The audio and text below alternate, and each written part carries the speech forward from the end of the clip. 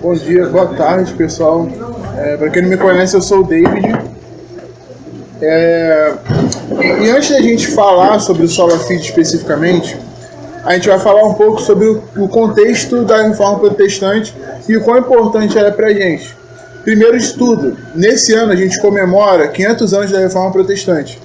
Em 1517, a data que marca esse dia foi as teses pregadas. Lutero pregou 95 teses na porta da Wittenberg. Isso aí, eu ia falar Westminster, né, que você estava aqui. Lutero ele prega essas 95 teses, e essas 95 teses são um marco para a gente, que marcam a Reforma Protestante em si. A Reforma Protestante, ela é importantíssima para nós, somos protestantes, óbvio, mas ela é dividida em 5 solas, né? Ou melhor, ela é sintetizada em 5 solas, que até porque fica mais fácil para a gente entender. Sola Gratia, que é somente pela graça; Sola Scriptura, somente a Escritura; Soli Deo Gloria, glória somente a Deus; Sola Fide, que é o que a gente vai estudar hoje, e... Gente, deu branco. Solas Cristo, exatamente, somente Cristo. E hoje a gente vai falar sobre um dos artigos principais, não que os outros sejam menores, mas o Sola Fide, que é somente pela fé. O que acontece? No momento em que eles estavam vivendo, no momento em que a Reforma Protestante ela acontece, Lutero ele se deparava com uma teologia que justificava o homem pelas suas obras. E aí, quando ele balizava isso pela Bíblia, pelo que ele lia nas Escrituras, ele contrastava isso e via que não casava bem. Porque ele via, o Lutero entendia, e pessoalmente eu como protestante também entendo, para quem comemora e abraça a Reforma Protestante entende, assim como a salvação é somente pela graça, ela é também somente pela fé. E a gente vai puxando todos assim, né? Mas principalmente a salvação ela não se dá pelas obras, ela não se dá por aquilo que eu faço. Eu não consigo me salvar porque as minhas obras são boas. Eu não consigo me salvar porque eu sou uma pessoa melhor ou porque eu faço ação social, alguma coisa do tipo. Eu consigo me salvar porque Deus ele coloca em mim a fé para que eu acredite, para que eu creia. Essa fé, que é muito mais do que um acreditar, né? Às vezes a gente entende, muitas vezes, fé como isso, né? Se você acredita, é aquele lance de tipo... Todo mundo já viu aquela imagem no Facebook? Que ter fé, você primeiro coloca o pé e depois Deus coloca a escada. Assim, eu não entendi muito o nexo dessa frase. Já vi algumas vezes em alguns Facebooks. Mas o que a gente vê como fé, lendo a Bíblia, lendo a palavra de Deus, tem muito mais a ver com conhecimento de quem é Deus, conhecimento da pessoa de Deus em relação ao homem, e a partir disso, a partir do conhecimento, dessa fidelidade, desse amor, dessa graça que nos alcança, eu consigo entender quem é Deus e eu confio nele. É mais do que... de repente a galera mais nerd aqui vai entender, ou a galera mais velha também, né? Tem um filme do Indiana Jones, que eu não lembro exatamente qual que tem a Ponte da Fé, alguma coisa do tipo, assim, né? Que o Indiana Jones ele sai, quando ele sai não tem nada, tem só um vazio, um abismo gigantesco, e aí ele precisa confiar e caminhar. E aí depois a explicação é que a ponte estava ali camuflada, né? E ele precisava dar o salto de fé para poder caminhar e chegar até o outro lado. Só que quando a gente fala de cristianismo, primeiro de tudo, Deus é uma pessoa que se relaciona. Pai, Filho e Espírito Santo, eles são a comunhão perfeita. E eles são pessoas que buscam relacionamento. E a partir do momento que eu tenho um relacionamento com alguém, eu confio nessa pessoa porque eu conheço ela. E como a gente entende que Deus é a origem de todo bem, a origem de tudo aquilo que existe de bom, a origem de todas as coisas boas, e que a gente é mal, e que melhor ainda, eu merecia o inferno, e que Deus, por ser bom, me resgatou de lá, a partir desse momento eu começo a ter fé. A partir desse momento eu creio, e a partir desse momento eu confio em Deus nas situações do dia a dia, que é o que a gente vai analisar mais a fundo daqui a pouco. Beleza? Foi exatamente no tempo que tudo. Certinho, né? Você tava... Tipo, tá, a gente terminou. Não leu isso não, você já sabe de cabeça. Boa tarde. Não fica pegando. Nós estivemos juntos aqui já há 3 semanas, essa é a 4ª, estudando a questão da Reforma Protestante, de que modo as solas, que não sei se o David falou, mas as solas são uma síntese, né? Um produto sintético daquilo que foi a reforma no seu todo. Então, data 1996, a Declaração de Cambridge, que a gente vai ler já. E ela foi um apanhado daquilo que foi a reforma num todo. Então, a reforma teve muito mais coisa, né? Eu estava lendo essa semana sobre o Melanchthon e a reforma pedagógica que o Melanchthon fez. né? E só hoje a gente discute o que o Melanchthon fez em termos de reforma pedagógica, mas o cara fez um estardalhaço na época, ele fez muita mudança. Só que talvez nós ainda estejamos redescobrindo a reforma naquilo que ela foi de fato. E por isso 500 anos pode parecer muito, mas se você olhar para o evangelicalismo hoje e o modo como ele se processa, parece que a gente às vezes nem teve reforma. E tu fala assim, cara, voltou tudo, né? Mas de fato nós precisamos revisitar a reforma para redescobri-la e ampliá-la naquilo que Deus fez através dela. Temos uma declaração aqui, vou passar para vocês, que é essa declaração de Cambridge. Todo mundo tem recebido um pedacinho dela essas semanas, né? Todo mundo recebeu a Escritura, né? Christus, Grati. Agora a gente vai estar lendo Sola Fide, né? Somente a fé, somente pela fé. Aqui tem o argumento e em seguida a tese do Sola Fide, que foi escrita por esses caras da Aliança de Evangélicos Confessionais. Isso em 96, eles fizeram uma aliança para poder repensar esse aspecto e pegar o que de primordial a reforma trouxe. Quando chegar a folha para todo mundo aí, quem veio esse nosso encontro de outubro todo aí? Quem veio em todas as solas aí? Quem veio em todas as solas? Tem mãozinhas aí. Quem veio em todas as solas? Então você vai, na semana que vem, completar, tá? No dia 1º de novembro, você vai completar a folhinha. Se você quiser uma folhinha que não teve, você fala que a gente envia o PDF da folhinha, tá bom? Vamos lá. Sola Fide. A erosão do argumento primordial. A justificação é somente pela graça, por intermédio da fé, somente por causa de Cristo. Este é o artigo pelo qual a igreja se sustenta ou cai. É um artigo muitas vezes ignorado, distorcido ou por vezes até negado por líderes, estudiosos e pastores que professam ser evangélicos. Embora a natureza humana decaída sempre tenha recuado de professar sua necessidade da justiça imputada de Cristo, a modernidade alimenta as chamas desse descontentamento com o evangelho bíblico. Já permitimos que esse descontentamento dite a natureza do nosso ministério e o conteúdo da nossa pregação. Gente, que coisa feia isso, né? Deixar assim ligado. Não faça isso. E é um número estranho, que eu atendo a pessoa. Eu acho que é perseguição isso. Eu atendo a pessoa, não fala. É você? Não. Sei, gente branca, ariana.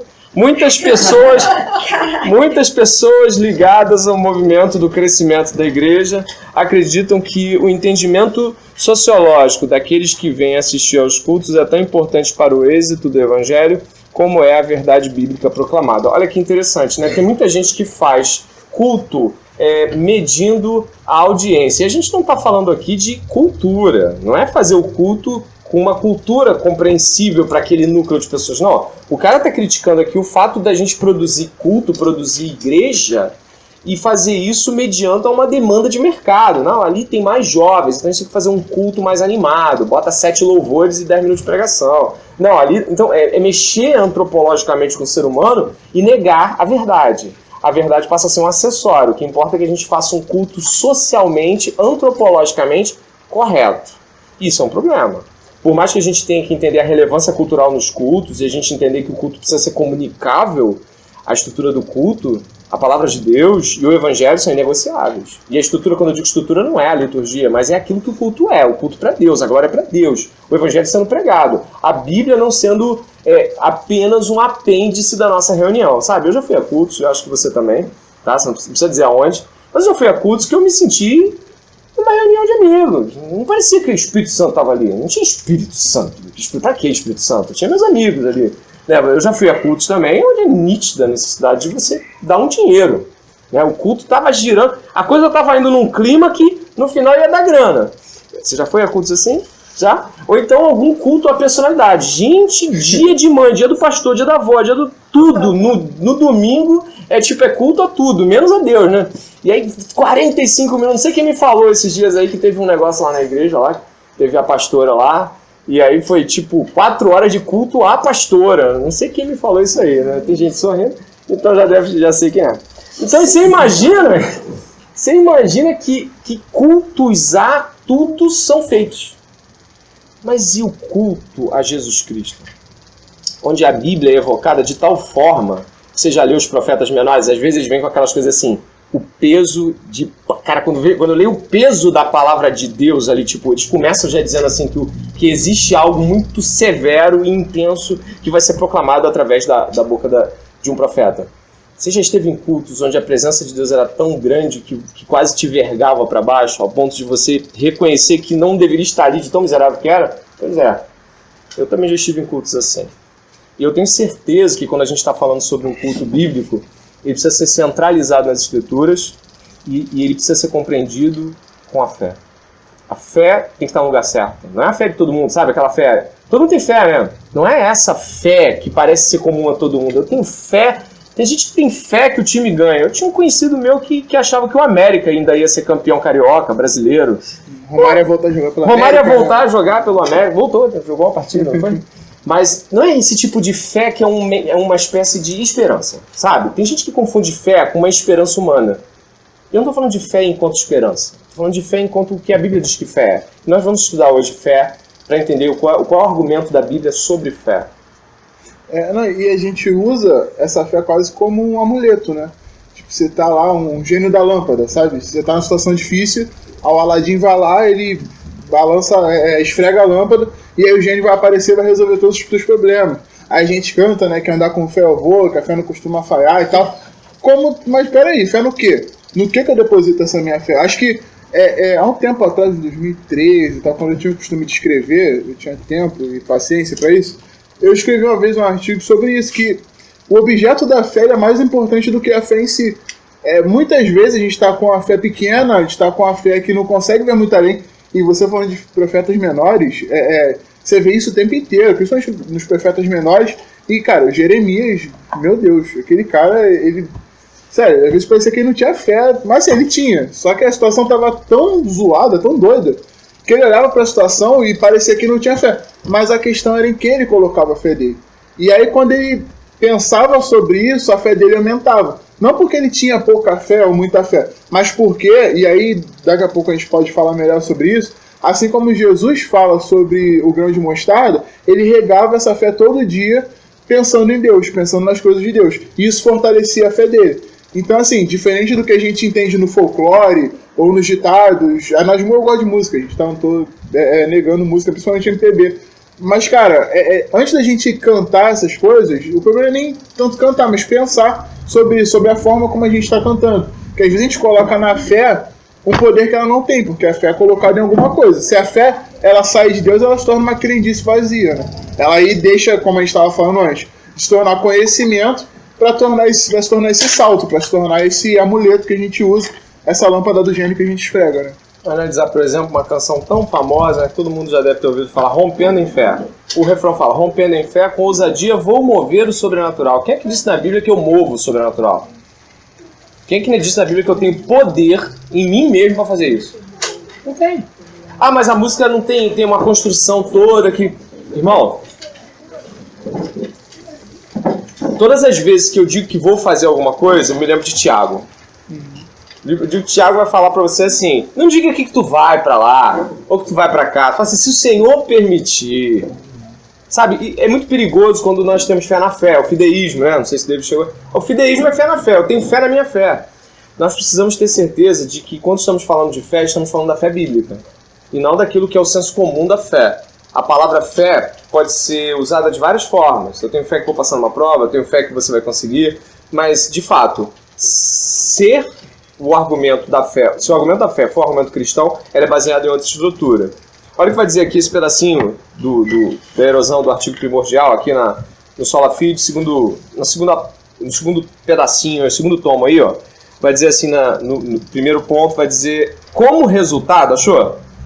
Como resultado, as convicções teológicas frequentemente desaparecem, divorciadas do trabalho do ministério. A orientação publicitária de marketing em muitas igrejas leva isso mais adiante, apegando a distinção entre a palavra bíblica e o mundo, roubando da cruz de Cristo a sua ofensa e reduzindo a fé cristã aos princípios e métodos que oferecem sucesso às empresas seculares. Nós precisamos ter a distinção muito clara de que qualquer igreja tem a sua estrutura. Eu estava falando sobre isso no domingo. Igreja tem estrutura, como diria o Tony Penny em A Treliça e a Videira. A estrutura é como se fosse aquela armação de madeira que você coloca uma planta para subir de trepadeira. Você já viu aquelas coisas em X assim? Aquilo é treliça. Já viu aquele negócio? Sabe o que eu tô falando, né? A treliça, ela precisa existir, porque senão a planta também ela vai crescendo meio assim, sem forma. Então nós precisamos ter o horário da aquaminical, 3 horas, nós precisamos de estrutura, isso aí é normal. O problema é que a estrutura ela deve servir a planta, a videira. Nós somos a planta, né? A árvore que Deus está plantando aqui, ela precisa de uma estrutura, só que essa estrutura não pode ser mais importante do que a própria árvore.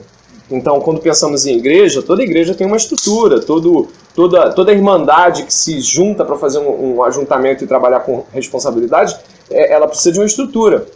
O que aconteceu nos tempos de Lutero é que a estrutura se sobrepôs ao que de fato era importante, que eram os filhos de Deus, que era a glória de Deus e tudo mais. Então, Lutero ele viu um momento em que manter a estrutura da Igreja Católica era mais importante do que realmente ter uma igreja viva.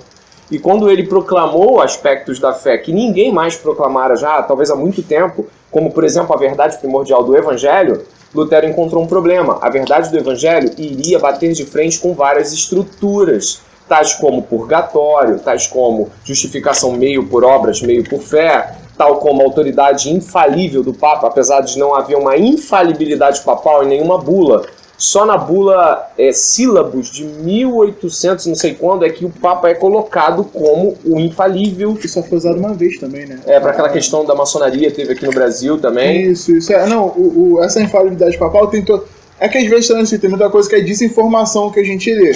Esse lance da infalibilidade papal é porque, como o André pegou muito bem nesse lance específico, a infalibilidade papal tem uma série de requisitos que ela precisa. Tipo assim, não é tudo que o Papa fala que é infalível.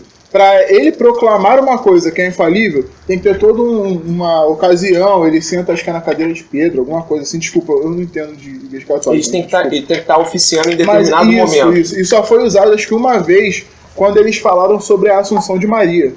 Essa ocasião toda, né? Óbvio que assim, isso no oficial, no oficioso, a gente vê muitas vezes as pessoas levando em consideração a fala do Papa. Exatamente, o Papa, então. exatamente. E nós não queremos aqui descaracterizar a figura do Papa como um líder cristão. Nós não estamos aqui desonrando uma autoridade. Ninguém aqui está dizendo que ele não é um homem que Deus possa usar, nem de forma alguma. Talvez o que os cristãos protestantes deixam claro é que ele não é o vigário de Deus. Ele não é aquele que se intermedia entre Deus e sua igreja.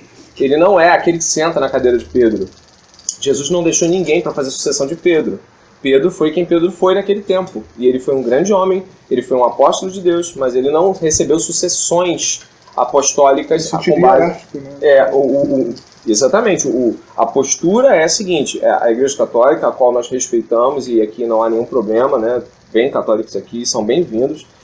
Nós não aqui buscamos tornar a Aquaminical um núcleo protestante, mas um núcleo de exposição das escrituras. Portanto, qualquer um, como eu falei para o Cleuber, um rapaz que vem aqui, ele é católico, foi trazer o padre aqui para a gente conversar. Porque seria muito bom e seria de muito acréscimo nós termos alguém aqui que pudesse responder coisas das quais às vezes desconhecemos. Mas a questão é, nós que somos, aqueles que são protestantes, não reconhecem o Papa como um sucessor de Pedro. Então, a Igreja Católica é uma igreja apostólica, mas ela não é apostólica no sentido mais estrito do credo apostólico, sabe? Que a gente está sobre a doutrina dos apóstolos e tal. Não é isso. A Igreja Católica era apostólica, assim, diretamente e primeiramente porque ela crê que Pedro deixou sua cadeira para os que se sucederam e que o Papa senta-se, em termos hierárquicos, na cadeira de Pedro. Então nós, protestantes, não reconhecemos isso dessa forma. Não é que a gente não reconhece o Papa enquanto autoridade, enquanto alguém que Deus possa usar. A gente só não reconhece que ele está numa linha sucessória. Compreende isso? Acho que é bom falar essas coisas, porque não é um assunto comum aqui na Aquaminical. Mas às vezes é bom a gente esclarecer de que modo vemos o Papa. Porque qualquer cristão que falar besteira do Papa está errado. Assim, julgar ele enquanto líder religioso, você vai estar falando mal de uma autoridade. Então você tem que ter cuidado quando falar isso. Você pode não concordar com as ações, mas cuidado com a fala em relação a uma autoridade. O próprio Paulo toma um tapa na boca quando ele fala para o sumo sacerdote, e ele não sabia que era o sumo sacerdote. E Paulo tinha noção muito clara de que o sumo sacerdote agora não tinha nenhum papel mais de sumo sacerdote, porque o sumo sacerdote agora é Cristo. É o sumo sacerdote das nossas almas. Mas quando Paulo tomou um tapa na boca da guarda, e o guarda falou assim, olha, fala direito que esse aqui é o sumo sacerdote. Pô, Paulo podia ter dito o quê? Cara, o único sumo sacerdote agora é Cristo. Esse aí não serve de mais nada. Ele podia ter dito isso. Ia ser revolucionário, né? Tipo assim, pai, ele falou, desculpe. Tipo, ele pediu perdão porque ele não sabia que era o sumo sacerdote. Ele respeitou a autoridade do cara, mesmo que aquela autoridade não fosse válida. Uma vez eu me lembro de um garoto, que alguns devem lembrar também, e ele falava assim, eu não concordo com mulher pastora. Então ele chegava para mulheres que são pastoras e ele não usava o alcunha de pastora. Ele falava fulana. Só pelas costas dela. Hã? Só pelas costas. Não, cara, pior que não. Não, eu só vi pelas costas. Pô, quando foi pela frente eu não sabia onde enfiar a cara. Pô, e aí... Não, sim, aí o que aconteceu? Eu não considero dessa forma. Se eu estiver de frente com um pai de santo, eu chamar ele de pai tal. Porque eu vou respeitar aquilo como as pessoas o conhecem. Não é assim que eu vou transformar a vida daquele homem. É pai fulano, padre cicrano, pastor tal. Porque você não precisa necessariamente descaracterizar a autoridade de alguém para invalidá-la. Nem eu nem vocês estamos buscando invalidar a autoridade. Nós estamos buscando aqui vindicar a verdadeira autoridade para Jesus Cristo. É mostrar, glorificar Jesus Cristo dizendo, ó, eis aqui a grande autoridade. E acho que quando a verdade se impõe, todas as mentiras se caem e se destroem, né? Fala, David, senão eu vou falar pra caramba. Não, eu falo muito, cara. Eu estou exatamente de acordo com você. Eu ia chamar a atenção para um ponto. Quando você falou do Melancton, das paradas mais periféricas, da própria reforma, em questões inclusive sociais, se a gente for para antes até dos reformadores, né, dos caras chamados pré-reformadores, William Tyndale, por exemplo, que é chamado de contrabandista de Deus, que era um cara que contrabandeava Bíblias e queria traduzir a Bíblia para o idioma inglês, ele estava, na época, existia mais de um papa. Aí ele dizia que se Deus concedesse a ele alguns anos de vida, ele faria com que qualquer garoto do campo conhecesse mais da Bíblia do que os papas. Então, assim, essa ideia da reforma de popularizar a palavra de Deus, popularizar as escrituras, para que as pessoas tivessem acesso, também trouxe toda essa questão intelectual, essas questões periféricas para o povo mesmo, né? Verdade. Esse pedacinho que a gente vai ler agora, é o terceiro, diz assim, embora possam crer na teologia da cruz, que, lembrando de passagem, foi muito bem explicada tanto pelo pastor Miguel quanto pelo Alcino na semana retrasada, né? Até o pastor Bordoan também citou, né? 3 pessoas citaram aqui a teologia da cruz, né? Lutero cria numa teologia da cruz e não numa teologia da glória, e numa teologia na qual você sobe o Gólgota, não que você cria um Gólgota para você subir e se glorificar e dizendo eu consegui chegar até Deus. Então a teologia da cruz era uma teologia diferente, como eles propuseram aqui, e até fala no livro do Franklin Ferreira, esse livro novo sobre pilares da fé. Lutero cria de que nós somos aqueles que sobem pela escada de Jacó, mas é uma escada que desce até nós, e de que a Torre de Babel é uma escada que os homens fizeram. Então esse contraste entre teologia da glória e teologia da cruz é a proposta de Lutero, de observar o seguinte: não há nenhuma escada que os homens possam fazer daqui para cima. As escadas que descem, elas vêm do alto a baixo. Por isso que o véu foi rasgado do alto a baixo, para que ninguém dissesse que alguém pegou da base e puxou. O véu que Jesus Cristo rasgou, ele o rasgou de alto a baixo. Dos céus ele se rasga para que a gente possa entrar no Santo dos Santos. Sim, sendo a própria fé um presente de Deus. Exatamente. Né? Não algo que a gente cria do nada ou que a gente produz, mas que Deus entrega pra gente como presente, a possibilidade, né, de conhecer e se aprofundar e acreditar mesmo. Verdade. Então, relendo o terceiro pedacinho, diz assim, ó, embora possa crer na teologia da cruz, esses movimentos, na verdade, estão esvaziando do seu conteúdo. Não existe evangelho a não ser o da substituição de Cristo em nosso lugar, pelo qual Deus lhe imputou o nosso pecado e nos imputou a sua justiça. Por ele ter levado sobre si a punição de nossa culpa, nós agora andamos na sua graça, como aqueles que são para sempre perdoados, aceitos e adotados como filhos de Deus. Não há base para nossa aceitação diante de Deus, a não ser na obra salvífica de Cristo. A base não é o nosso patriotismo, devoção à igreja, proibidade moral. O Evangelho declara o que Deus fez por nós em Cristo. Não é sobre o que nós podemos fazer para alcançar a Deus. Então, é aquilo que já foi dito aí. Né? Aí tem a tese, que levantada pela Declaração de Cambridge, vai propor a ideia do sola fide. Diz assim, reafirmamos que a justificação é somente pela graça, e somente por intermédio da fé, somente por causa de Cristo. Na justificação, a retidão de Cristo nos é imputada como o único meio possível de satisfazer a perfeita justiça de Deus. Negamos que a justificação se baseie em qualquer mérito que em nós possa ser achado, ou com base numa infusão de justiça de Cristo em nós, ou que em uma instituição que reivindique ser igreja, mas negue ou condene sola fide, possa ser reconhecida como igreja legítima. O que significa que Jesus Cristo, Deus encarnado, se fez homem para substituir os homens na sua culpa pelo pecado, e de que somente um homem poderia fazer isso. Mas o fato de Jesus ser um homem e ser Deus fez com que não somente o pecado de um homem apenas, mas de todos os homens pudessem ser substituídos. Jesus Cristo, sendo Deus, ele conseguiu perdoar todos os pecados e perdoar infinitamente, por Deus ser infinito em suas atribuições. Se um homem morresse por outro homem, se ele fosse puro e justo, que já seria impossível, porque todos os homens nascem com pecado, esse homem substituiria apenas um homem. Mas o homem Jesus encarnado não somente é homem, mas é Deus, e por isso infinito em suas atribuições. E esse infinito Jesus Cristo, cabendo dentro de um homem, conseguiu substituir os homens em seu pecado e ainda assim oferecer-lhes perdão infinito. Né? Isso é maravilhoso. Pode parecer uma doutrina muito boba, uma coisa que você já ouviu mil vezes, mas toda vez que eu ouço o fato de Jesus ter me substituído, eu respiro fundo. Nesse domingo mesmo, compartilhando com alguns irmãos, pude citar uma ilustração de Spurgeon, na qual Spurgeon vai falar do seu tempo, do tempo de escravidão. Né? Charles Haddon Spurgeon foi um pregador muito famoso, um batista do século XIX. Ele pregava na Catedral Metropolitana e ele pregava para 5.000 pessoas, às vezes 4.000 pessoas. Sabemos que naquela época não tinha microfone, então o cara tinha que ter a igreja tinha que ser uma acústica fora de série, o cara tinha que ter uma voz fora de série. E ele pregava, e certa ilustração que ele fez num sermão foi uma ilustração contando algo do seu tempo. No tempo de Spurgeon ainda havia escravidão no mundo, escravidão da forma como a gente lê nos livros de história, sabe? Aquela que um cara vai lá e tem um mercado de escravos e ele compra um, sabe? Só que ele estava citando que os ingleses, que também trabalhavam com escravidão até o início do século XIX, ele estava citando que a lei inglesa era muito severa, muito severa. Então se você comprasse um homem, beleza, mas se você comprasse um homem e fosse descoberto que ele tinha sido autor de um crime digno de morte, cara, tu podia até comprar. Mas você tinha que comprar o homem sabendo que ele ia pra forca. Tu compra, mas ele vai pra forca. Porque não era só o problema de um homem, era o problema de um homem e agora tem o problema da lei.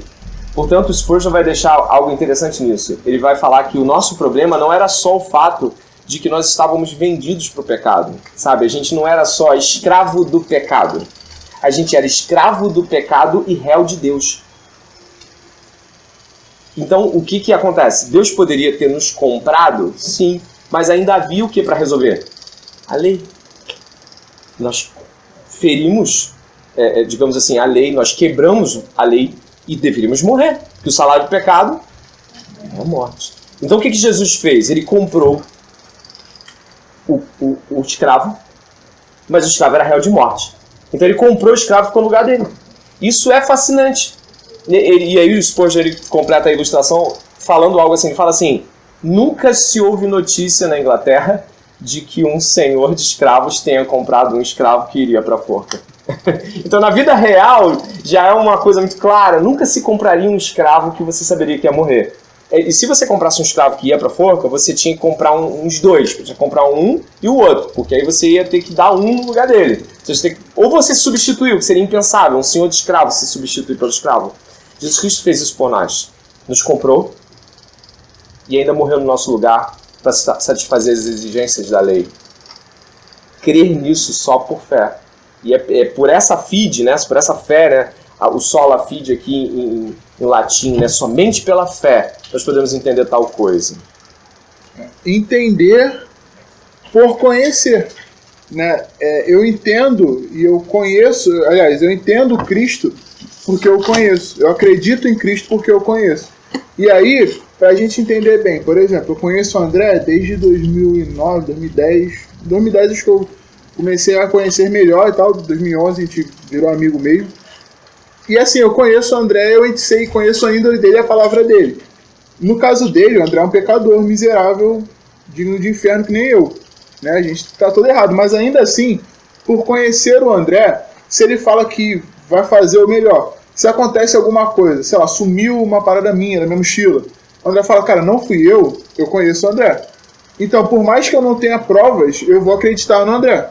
Mesmo o André sendo pecador, porque eu conheço a pessoa dele, eu já convivi com ele, já estive na casa dele, conheço a esposa, as filhas, a família dele toda eu conheço, estou sempre com ele, então eu conheço o André e por isso eu confio nele. Né? E quando a gente pensa num Deus que antes de tudo é perfeito e é todo poderoso, eu confio em Deus porque eu conheço. Né? A fé se trata disso. Como eu disse, não se trata do salto de fé, de você simplesmente acreditar. Eu entendo o sacrifício que Jesus fez. Obrigado, amigo. Eu compreendo de que eu era réu do fogo do inferno, de que eu sou mal, de que ainda assim ele me amou, e aí depois que eu entendo isso, de que eu leio a Bíblia, quando as situações não estão tão favoráveis assim, porque é quando a coisa aperta, ou quando as situações não estão do meu agrado, eu consigo olhar para os céus, entender a personalidade de Deus, entender como ele faz as coisas, entender os preceitos dele, e a partir disso eu confio. E a partir disso eu confio porque eu conheço. O John Stott ele vai falar isso. Tem um livretinho dele chamado Crer Também Pensar, que é muito bom, cara, muito bom. Eu tenho até 2 lá em casa. Que você lê num dia, assim, depois você fica semanas pensando na parada, meses pensando, e o John Stott ele vai bater muito nessa tecla. De que, cara, peraí, fé, você crer em Deus, não é você simplesmente crer numa bola de energia ou em alguma coisa do tipo, mas você crê em alguém